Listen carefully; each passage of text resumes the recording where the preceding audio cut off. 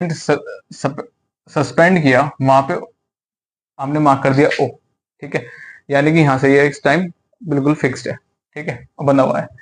अब मैं कह रहा हूं पॉइंट ए पे यहां पे वेट लग रहा है W1, मैं कह रहा हूं कहीं कहीं पॉइंट बी पे यहां वेट लग रहा है आपके पास W2, ठीक।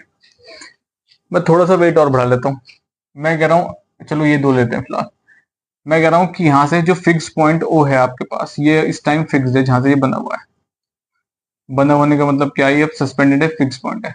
तो फिक्स पॉइंट से ए तक की जो डिस्टेंस है वो आपके पास L1 है, फिक्स पॉइंट से बी तक का जो डिस्टेंस है वो आपके पास L2 है, ठीक है।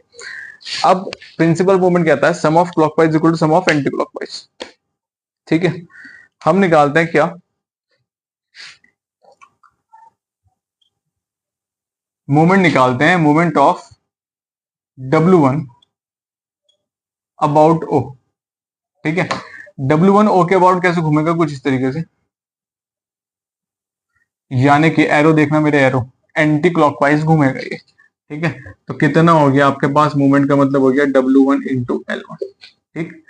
फोर्स, अब तुम कहोगे सर W फोर्स कैसे हो गई, F is equal to mg बताया था मैंने, W is equal to mg, ठीक है, दोनों बराबर, ठीक। डायरेक्शन क्या हो गया इसके पास, एंटी क्लॉकवाइज। एक और चीज, अब मोमेंट निकालेंगे किसका, W2 का, किसके अबाउट, O के अबाउट। W2 कैसे घूमेगा, देखो W2 ऐसे घूमेगा कुछ,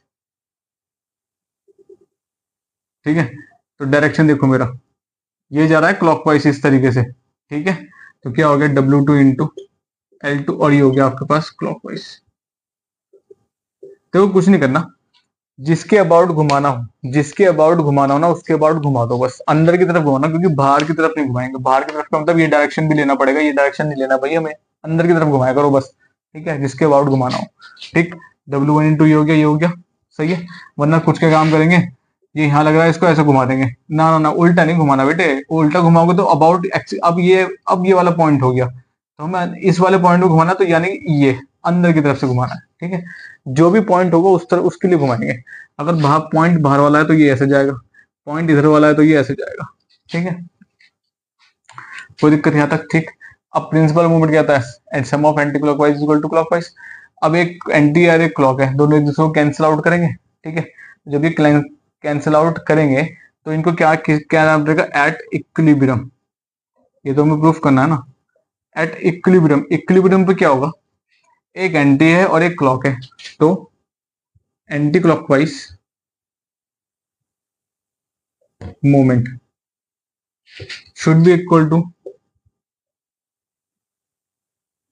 क्लॉकवाइज मूवमेंट, यानी कि बॉडी अपनी जगह पर ही रहेगी, तो दोनों मूवमेंट एक दूसरे के इक्वल होने चाहिए। कैसे, मैंने बताया था एंटी वाले को प्लस लेंगे, इसको माइनस लेंगे, तो ये दोनों कैंसिल करेंगे। तो एंटी क्लॉकवाइज कितना है, W1 इंटू W1 L1, ये कितना है W2 इंटू L2, कोई दिक्कत यहाँ तक, ठीक।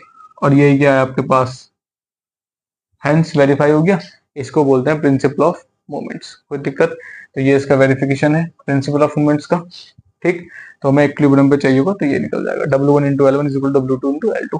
कैसे, अगर मैं इसको W1 L1 minus W2 L2 करूंगा तो क्या आएगा, जीरो ही तो आएगा, तो सही है, जीरो का मतलब बॉडी इक्विलिब्रियम पे, कोई दिक्कत यहाँ तक, ठीक है। तो हमने वेरीफाई कर दिया, अगर जीरो नहीं बचता तो बॉडी इक्विलिब्रियम पे नहीं होती, लेकिन यहाँ जीरो बच रहा माइनस करने के बाद, तो बॉडी इक्विलिब्रियम पे, कोई दिक्कत।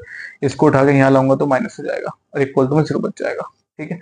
जैसे कि अगर किसी को समझ में आया तो x is equal to Y है, x minus Y equal to zero, कोई दिक्कत, ठीक, सही है। तो पार्ट 1 खत्म हो गया है, अब हम इसके पार्ट 1 के करेंगे न्यूमेरिकल्स नेक्स्ट सेशन में, ठीक है, कोई दिक्कत है यहाँ तक, सही है, चलो फिर।